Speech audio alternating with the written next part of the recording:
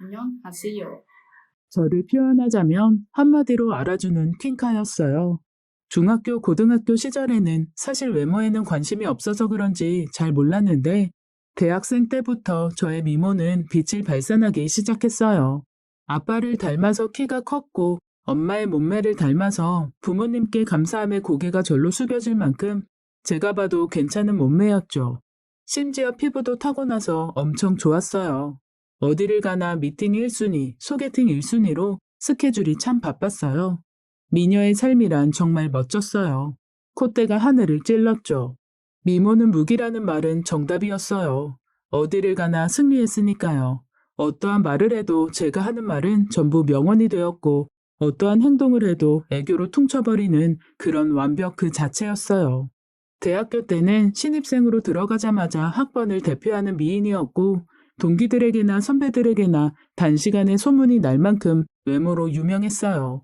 그리고 남자 선배들은 선배님이라고 부르지 말고 오빠라고 부르라고 하기도 했고 여자 선배들은 전부 시기와 질투에 저를 쳐다보지만 결국 어떤 자리에 가면 저와 친해지고 싶어 안달이었고요. 한마디로 남자들은 너무나 쉬운 존재였어요. 그렇게 저는 화려한 생활을 했고 저의 흑기사 노릇을 자초하는 남자들이 많았어요. 저는 그게 당연하듯 받아들였고요. 수많은 남자 중에서도 착하고 공부를 꽤 잘하는 선배가 있었는데 그 선배는 유독 수줍음을 많이 타고 저에게 고백만 할 뿐 아무것도 바라지 않았으며 묵묵히 저를 바라봐주는 사람 정도라고 해야 할까요? 물론 저는 존재감도 없는 그런 선배한테 관심은 1도 없었고요. 그렇게 그 선배는 군대를 가면서 자연스레 연락이 끊겼고 사실 언제 갔는지 기억조차 나지 않았어요. 대학교 캠퍼스 커플도 몇 번 하고 다른 학교 오빠들도 사귀면서 그렇게 시간은 흘렀고 어느새 저는 대학을 졸업하게 되었어요. 졸업을 하고 취업을 하게 되었는데 또 학생 때와는 다른 삶이 펼쳐졌어요. 하지만 미인은 알아본다고 남자들은 눈이 하트가 되어 절 바라보았고 제가 조금만 끼를 부려도 어찌나 호의를 베풀던지 인생이 이렇게 쉬운 거였냐며 하루하루가 즐겁고 편안한 나날들이었어요. 직장에서 비밀 연애도 하고 또 헤어지기도 하고 나이트 가서 술도 먹고 밤새도록 놀고 그런 젊음을 만끽하며 20대 초반을 훌쩍 보내게 되었어요. 그러던 어느 날 회사에서 옛날 학교에서 그 존재감 없는 선배를 우연하게 만나게 된 거였어요. 어머, 오빠 맞아? 존재감 제로였던 그 선배는 공부를 잘해서 그런지 저희 회사와 거래하는 규모가 좀 큰 거래처의 실세였던 거였죠. 어린 나이에 좀 높은 위치에 있었고 검은 슈트에 검은 뿔테 안경까지 세련된 모습이었어요. 삐쩍거렸던 학생 때와는 달리 운동을 한 건지 어깨도 이렇게 넓었었나 할 만큼 눈길을 끄는 외모가 되어 있더라고요. 정말 위치가 사람을 만든다고 했던가요? 대학생 때 찌질했던 모습은 온데간데 없고 제 눈이 이상한 건지 심지어 아우라까지 보였어요. 이슬아. 안녕. 오빠 완전 성공했네. 진짜 멋있어졌다. 저는 이 남자는 제 것으로 만들어야겠다는 생각에 적극적으로 나간 것 같아요. 그래서 눈웃음과 초필살기 애교를 발사했어요. 이것에 안 넘어온다면 남자가 아니죠. 오빠, 우리 이렇게 만난 거 우연 아니고 인연인 거 아니야? 그런 의미에서 저녁에 둘이 같이 한잔 할까? 정말? 무조건 좋지. 네가 보자고 하는 건데. 일은 몇 시에 맞춰? 데리러 올게. 이 남자 아직까지 저를 좋아하는 것 같더라고요. 역시 남자들이란 하며 결혼은 이런 남자랑 하는 게 맞는 것 같다는 생각도 들더라고요. 사실 저는 남자도 만나볼 만큼 만나봐서 그런지 날라리는 절대 만나지 말아야겠다고 다짐하고 생각하고 있었던 찰나였기에 안정적인 직장에 차분한 성격의 그 선배가 제 눈에 들어온 것이었어요. 그렇게 저희는 그날 밤 술을 한잔하게 되었어요. 이런저런 이야기를 나누었고 1차를 먹고 2차를 먹었는데 역시나 정말 이 오빠는 예전과 똑같이 지루하고 재미없더라고요. 하지만 뭔가 의젓하고 멋있는 것이 딱 결혼 상대로는 좋겠다 싶었습니다. 부모님도 좋아할 것 같은 스마트한 외모에 거기다 예의까지 바르고 겸손한 말투까지 참 괜찮다 싶었어요. 오빠, 나 술이 많이 취한 것 같아. 그만 집으로 갈까? 그래?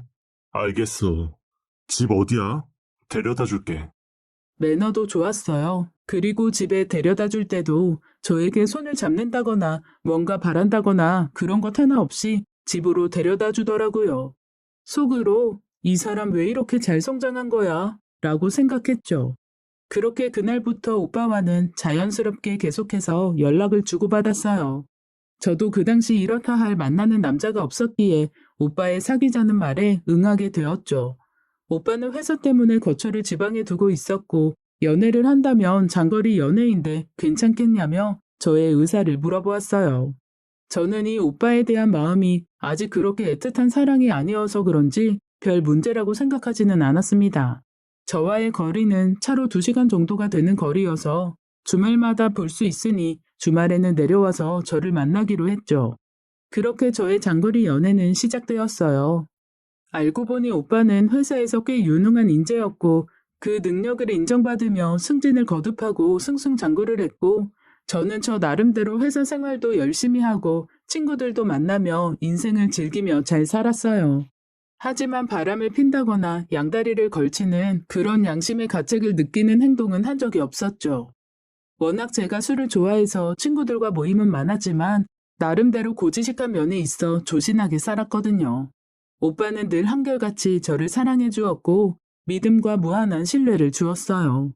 딱 말 그대로 안정적인 사랑이었죠. 친구들이나 언니들에게 오빠를 소개해주면 모든 분들이 100점이라고 할 만큼 괜찮은 사람이었어요. 외모도 잘생긴 얼굴은 아니었지만 분위기가 주는 묘한 매력이 있어서 깔끔하고 믿음직스러운 인상이었거든요. 성격도 차분하고 게다가 똑똑하기까지 해서 결혼할 거면 저런 남자랑 하면 잘 산다며 칭찬 일색이었어요. 집에 데려다 주다 우연히 마주치게 되어 부모님께도 소개를 시켜드리게 되었는데 어찌나 예의 바르게 행동하던지 그 모습에 한 번 더 반하기도 했죠. 그러면서 저도 시간이 지나니 오빠의 그런 참된 모습을 발견하게 되었고 저도 점점 오빠를 닮아가기 시작하면서 노는 것도 줄이고 오빠와의 미래를 그려보게 되었습니다. 한 번은 깜짝 놀래켜주려고 평일에 연차를 쓰고 오빠가 일하는 곳으로 간 적이 있어요. 오빠가 좋아하는 요리를 해주려고 잔뜩 싸들고 숙소에 도착해서 잔뜩 요리를 해놓고 화장실에 숨어 있었습니다. 오빠는 일을 마치고 돌아왔고 함께 일하는 직장 동료분들과 함께 들어왔어요. 음식들이 잔뜩 있는 걸 보고 오빠는 제가 왔다는 걸 눈치채고 직장 동료들을 돌려보낸 후 저를 불렀습니다. 이슬이 온 거야? 오빠, 짠! 어떻게 온 거야? 이 멀리까지. 고마워. 금세 오빠는 완전 감동한 얼굴로 저를 안아주었어요. 저도 너무 행복했고 이 남자와 평생을 함께하고 싶었습니다. 그렇게 달콤했던 연애를 1년 할 때쯤 제가 임신을 한 걸 알게 되었고 오빠는 프로포즈를 했고 모든 것을 저에게 맞춰준 결혼을 하게 되었습니다. 주말 부부로 사는 것은 전생에 나라를 구해야 살 수 있다고 했던가요? 딱 적당히 설렘도 있고 딱 적당히 서로의 자유도 있고 늘 연애하는 기분으로 그렇게 살게 되었어요. 그러면서 여느 부부처럼 저는 태교도 편안하게 할 수 있었고 남편은 저에게 외조를 더욱 완벽하게 해주었어요. 제가 필요하다는 건 하나도 빠짐없이 해줄 정도로 불편함이 1도 없게 만들어주었죠. 임신 선물로 남편은 저에게 외제차를 선물로 주었고 엄마와 함께 여행 갔다 오라며 해외여행까지 보내주었어요. 이런 남자가 또 어디 있을까? 저의 인생은 계속해서 나이스 샷이었죠. 또 시댁은 아들을 원했는데 제가 임신한 아이가 딱 아들이어서 뭐 하나 빠진 것 없는 완벽 그 자체였던 거였어요. 그렇게 결혼한 지 3년쯤이 지났고 남편은 더욱더 바빠졌습니다. 2주에 한 번꼴로 집에 왔고 어찌나 바쁜지 살도 빠졌더라고요. 저는 걱정이 되어서 아이가 어려 직접 가지는 못하고 보약을 지어 남편의 숙소로 보내주었죠. 그리고 보약은 배달이 되었다고 연락이 왔는데 아내에게 전달 완료라고 메시지가 뜨는 거였어요. 저는 너무 놀라 업체 측에 전화를 해보니 아내에게 보약을 전달했다는 거였어요. 거기는 남자 혼자 살고 있는데 무슨 소리냐며 제가 되물었지만 업체에서는 확실하게 여자분이 받았다는 답만 했습니다. 저는 그때 조금 뭔가 이상함을 느꼈고 남편에게 전화를 걸었어요. 여보, 보약 잘 받았어? 정말 고마워. 잘 먹을게. 이런 것까지 신경 안 써도 돼. 그런데 여보, 어떻게 받은 거야? 일하고 있던 시간이었잖아. 아, 마침 그때 청소해 주시던 아주머니가 계셔서 대신 받아주셨어. 아, 그랬구나. 알았어. 잘 챙겨 먹고 수고해. 그럼 그렇지. 저밖에 모르는 남편이 그럴 리가 없다 싶었어요. 하지만 여자의 촉이라는 게 무시할 수가 없더라고요. 그 주말에 남편이 왔고 남편이 잘 때 몰래 핸드폰을 보았습니다. 사실 개인 사생활이라서 각자의 핸드폰은 보지 않았는데 그날따라 너무 보고 싶더라고요. 그래서 저는 문자 전화할 것 없이 샅샅이 보았는데 결론은 아무것도 없었어요. 괜한 의심이다 싶어 이제 신경 쓰지 말아야지 하고 남편을 껴안고 누워서 잠을 청하려는 찰나에 징 하고 진동 소리가 들리는 거였어요.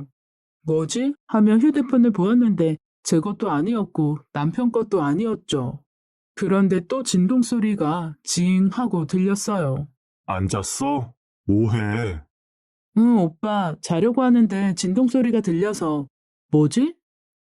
난 안 들리는데. 옆집이겠지.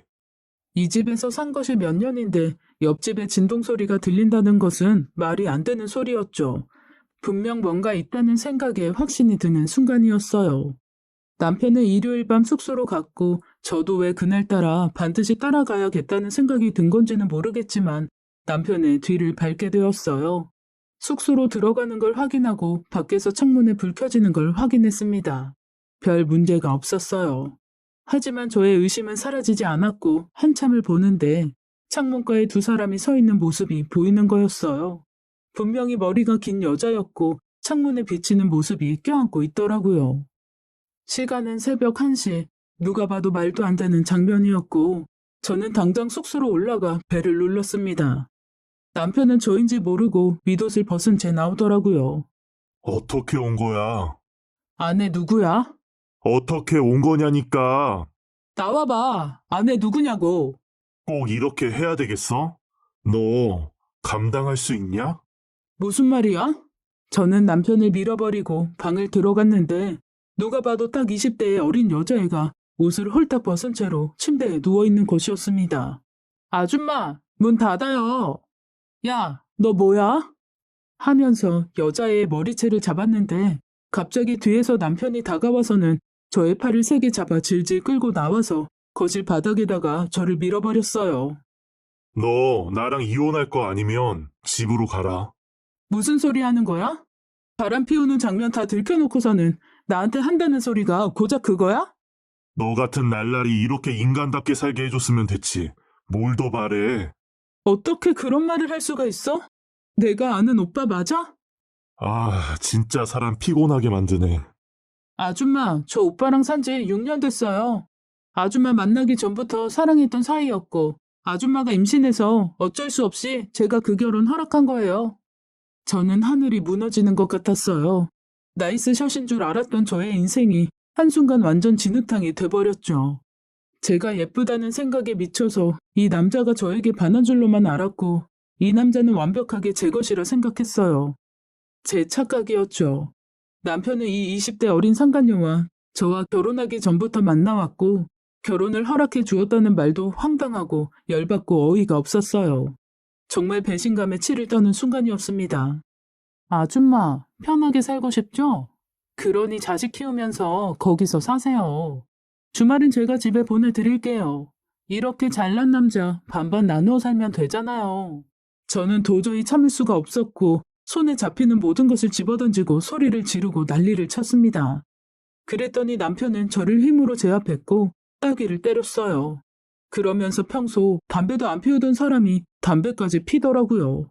그러면서 제게 이렇게 말했습니다. 네가 바라는 게 이혼이야? 애는 어떻게 키우려고? 제발 정신 좀 차리고 현실을 봐라. 오빠 진짜 정신 나갔어? 어떻게 나한테 이럴 수가 있어? 너 잘 생각해. 나는 이혼할 생각 없고 너를 버릴 생각도 없어. 내가 두 집 살림 한다는 것뿐 달라지는 것도 없고. 제정신이야? 이게 말이나 되는 소리야? 대화가 안 되네. 혼자 여기에 있던지 알아서 해. 저는 오빠를 있는 힘껏 붙잡았고 오빠는 그런 저를 발로 차고 밀어버렸죠.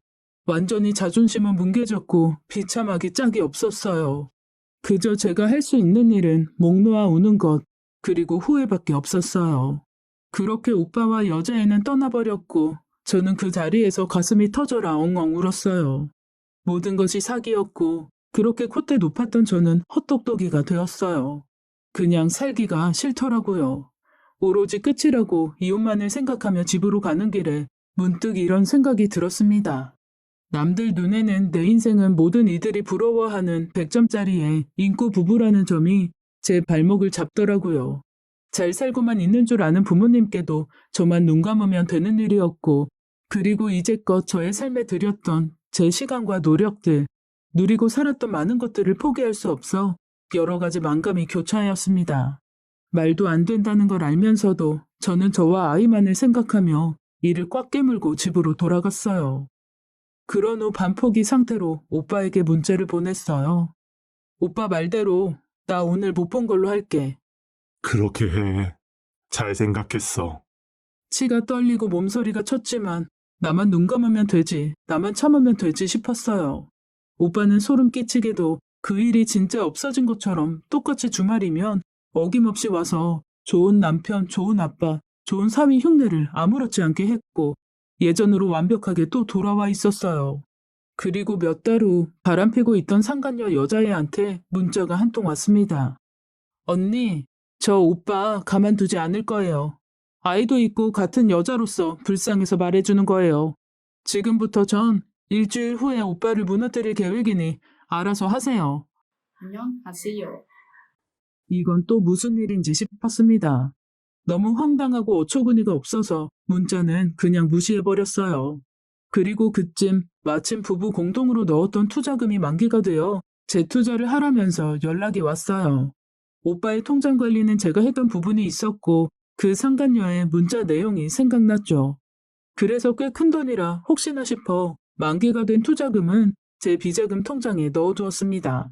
아니나 다를까 일주일 후 그 상간녀는 자신과 찍었던 동영상과 남편과 바람피우고 있다는 증거들이 담긴 문자 내용을 회사 사내 게시판에 당당하게 올렸고 결국 모든 것이 오픈되어 쓰레기보다 더 못한 폐기물로 만들어버리는 아주 과감한 행동을 해버린 거였어요.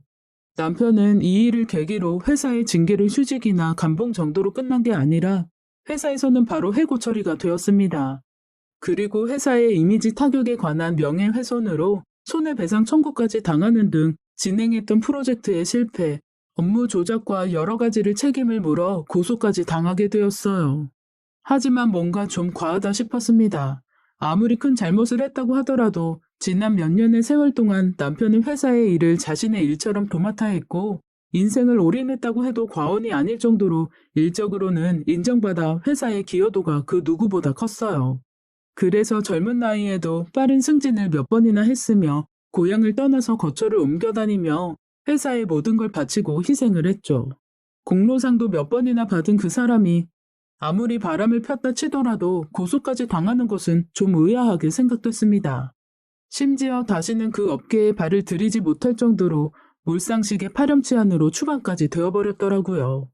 회사에서 왜 저렇게까지 할까라는 생각을 한 것도 잠시 저는 그 다음날 바로 왜 그런 건지 숨겨져 있던 진실을 바로 알 수가 있었습니다. 남편의 최측근인 최비서에게 전화가 왔어요. 그리고 모든 진실을 제게 이야기해 주었죠.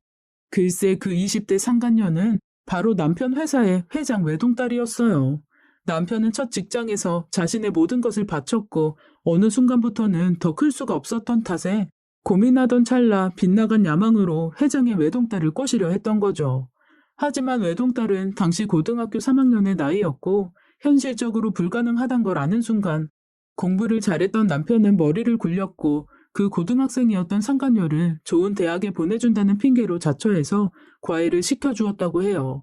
그렇게 과외를 하며 또 이성에 대한 공부까지 시켜주었고 외동딸은 자연스럽게 남편에게 반하면서 20살이 되자마자 남편과 교제를 시작하게 된 것이라고 했어요. 그렇게 교제를 하면서 회사의 기밀은 상간녀를 통해 빼내올 수 있어서 쉽게 승진도 하고 회사에서 인정받으며 자신의 야망을 채워나가게 된 거라고 했습니다. 그런데 남편의 계획과는 달리 회장은 절대 둘 관계를 인정해주지 않았고 딸을 회사에 이득이 되는 큰손 투자자의 아들과 정략 결혼을 시켰고 둘을 혼인시켜버린 거였어요. 하지만 남편과 상간녀는 헤어질 수 없을 정도로 뜨거운 연인 관계였기에 정략 결혼 후에도 그 관계를 몰래 유지하면서 지냈지만 회장이 계속해서 의심하고 압력을 넣는 바람에 어쩔 수 없이 남편도 결혼을 해야 했던 거였어요. 그렇게 상간녀와 합의하여 명령 아닌 명령으로 저와 결혼을 하게 되었고 정상적인 부부로 비춰져야 했기에 저와 아이까지 갖게 되었다고 했습니다. 그렇게 시간이 흘렀고 남편은 어느 정도 자신의 야망이 채워지자 또 눈을 돌리기 시작하여 2명의 여자와 사귀는 것도 모자라 자주 다니던 식당에 20대 여자 아르바이트생을 꼬셨고 그것을 그 회장의 딸인 상간녀에게 들켜서 사건이 터져버렸던 것이었죠. 상간녀는 이에 분노하여 저에게도 통보를 하고 모든 것을 물거품으로 만들어버린 거였어요. 그렇게 전부 오픈되어 버리고 회장은 바로 남편을 해고했고 회장의 딸 20대 상간녀도 이혼을 당하고 해외로 이민을 보내버렸다고 했습니다. 정말 이 이야기를 듣고는 어처구니가 없었고 황당 그 자체였어요.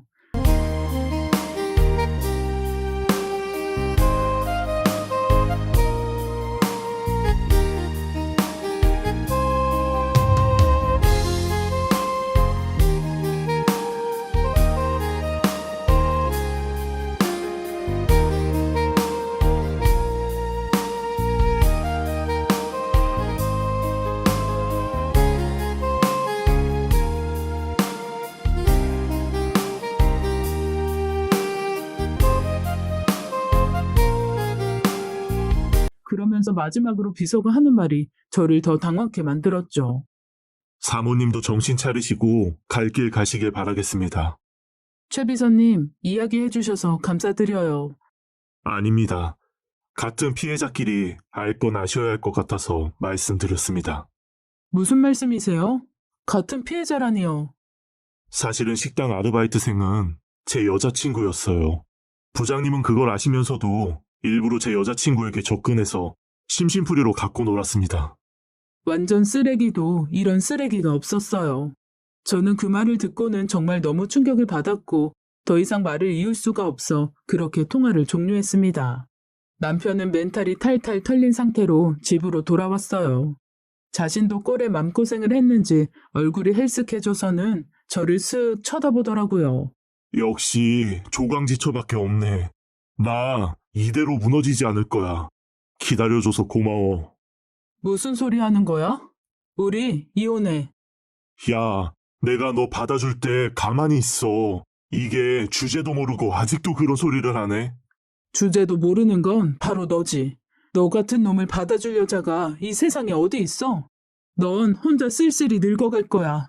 그리고 말년에 차가운 길바닥에서 객사를 하겠지. 이슬아, 이러지 말자. 내가 잘못했어. 너까지 나한테 이러면 나 정말 힘들어. 이슬아, 나 한 번만 용서해줘. 그리고 이제 우리끼리 잘 살아보자. 제발 그만 망가져. 협의 이혼 안 할 거면 소송 걸 테니까 그렇게 알아. 남편은 갑자기 돌변하여 무릎까지 꿇더니 저에게 매달리기 시작하는데 소름이 끼치더라고요. 자신이 일구어 놓은 모든 것들이 무너지니 정신이 나가버린 사람처럼 저에게 매달리더라고요. 사과하는 남편을 뿌리치고 저는 그동안 모아둔 비상금과 얼마 전 투자금 회수된 걸로 아이와 함께 살 집을 구했고 저는 이 모든 사실을 시댁에 이야기를 했어요. 시부모님들도 적지 않은 충격을 받으셨고 고소까진 하지 말라고 하시며 남편을 설득해 저와 합의 이혼을 해주었습니다. 그리고 시댁에서는 저에게 미안하다며 아이의 양육비와 생활비를 보조해 주시고 있어요. 물론 그것도 처음에는 받지 않으려 했지만 남편이 돈에 눈이 멀었던 거지 시부모님도 철석까지 믿었던 아들의 배신이라고 하시며 저에게 연신 사과만 하셨죠. 그렇게 시부모님께서는 지금은 저와 제 아들에게 평생 죄인으로 살겠다 하시며 용기를 주시고 좋은 말씀을 해주시더라고요. 처음에 이혼 후 어떻게 살아야 하나 자신도 없고 여러 가지 걱정이 앞서서 앞이 깜깜했지만